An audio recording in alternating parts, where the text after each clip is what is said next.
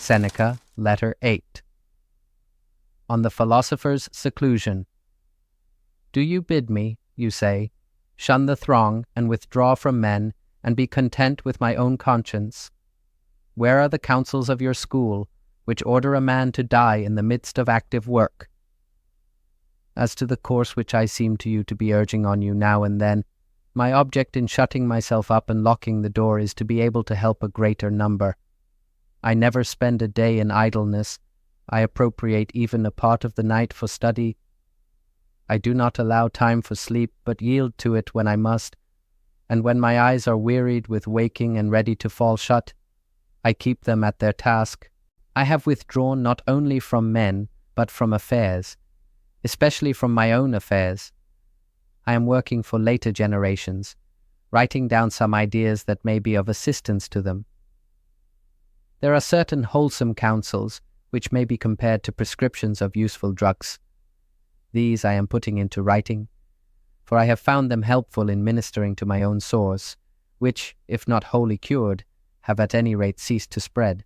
I point other men to the right path, which I have found late in life, when wearied with wandering. I cry out to them, avoid whatever pleases the throng, avoid the gifts of chance, halt before every good which chance brings to you, in a spirit of doubt and fear. For it is the dumb animals and fish that are deceived by tempting hopes. Do you call these things the gifts of fortune? They are snares. And any man among you who wishes to live a life of safety will avoid, to the utmost of his power, these lime twigs of her favour, by which we mortals, most wretched in this respect also, are deceived. For we think that we hold them in our grasp, but they hold us in theirs. Such a career leads us into precipitous ways, and life on such heights ends in a fall. Moreover, we cannot even stand up against prosperity when she begins to drive us to leeward, nor can we go down either, with the ship at least on her course, or once for all. Fortune does not capsize us. She plunges our bows under and dashes us on the rocks. Hold fast, then, to this sound and wholesome rule of life, that you indulge the body only so far as is needful for good health. The body should be treated more rigorously, that it may not be disobedient to the mind. Eat merely to relieve your hunger, drink merely to quench your thirst, dress merely to keep out the cold, house yourself merely as a protection against personal discomfort. It matters little whether the house be built of turf or of variously colored imported marble. Understand that a man is sheltered just as well by a thatch as by a roof of gold. Despise everything that useless toil creates as an ornament and an object of beauty, and reflect that nothing except the soul is worthy of wonder. For to the soul, if it be great, naught is great. When I commune in such terms with myself and with future generations, do you not think that I am doing more good than when I appear as counsel in court, or stamp my seal upon a will, or lend my assistance in the Senate by word or action to a candidate? Believe me, those who seem to be busied with nothing are busied with the greater tasks. They are dealing at the same time with things mortal and things immortal.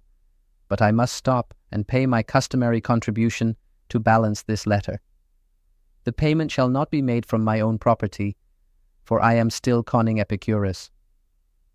I read today in his works the following sentence: if you would enjoy real freedom, you must be the slave of philosophy. The man who submits and surrenders himself to her is not kept waiting. He is emancipated on the spot. For the very service of philosophy is freedom. It is likely that you will ask me why I quote so many of Epicurus's noble words, instead of words taken from our own school. But is there any reason why you should regard them as sayings of Epicurus, and not common property? How many poets give forth ideas that have been uttered, or may be uttered, by philosophers? I need not touch upon the tragedians and our writers of national drama, for these last are also somewhat serious, and stand halfway between comedy and tragedy. What a quantity of sagacious verses lie buried in the mime! How many of Publilius's lines are worthy of being spoken by buskin-clad actors, as well as by wearers of the slipper? I shall quote one verse of his, which concerns philosophy, and particularly that phase of it which we were discussing a moment ago, wherein he says that the gifts of chance are not to be regarded as part of our possessions. What chance has made yours is not really yours. And a third, spoken by you still more happily, shall not be omitted. The good that could be given can be removed. I shall not charge this up to the expense account, because I have given it to you from your own stock.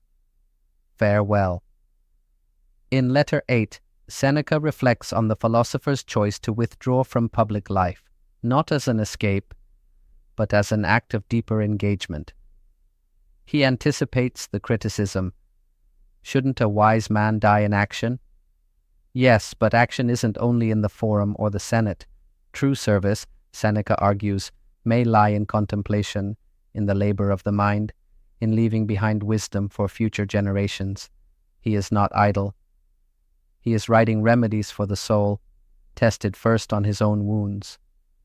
Seneca warns us against mistaking fortune's gifts for true possessions. Wealth, comfort, reputation, these are not ours. They are snares. Like bait to fish, they tempt but trap. A life of comfort, if unguarded, ends in ruin. His advice is rigorous. Treat the body as a servant to the mind. Eat, drink, sleep, dress, only as needed. Don't despise beauty, but don't let it rule you. A golden roof shelters no better than a thatched one.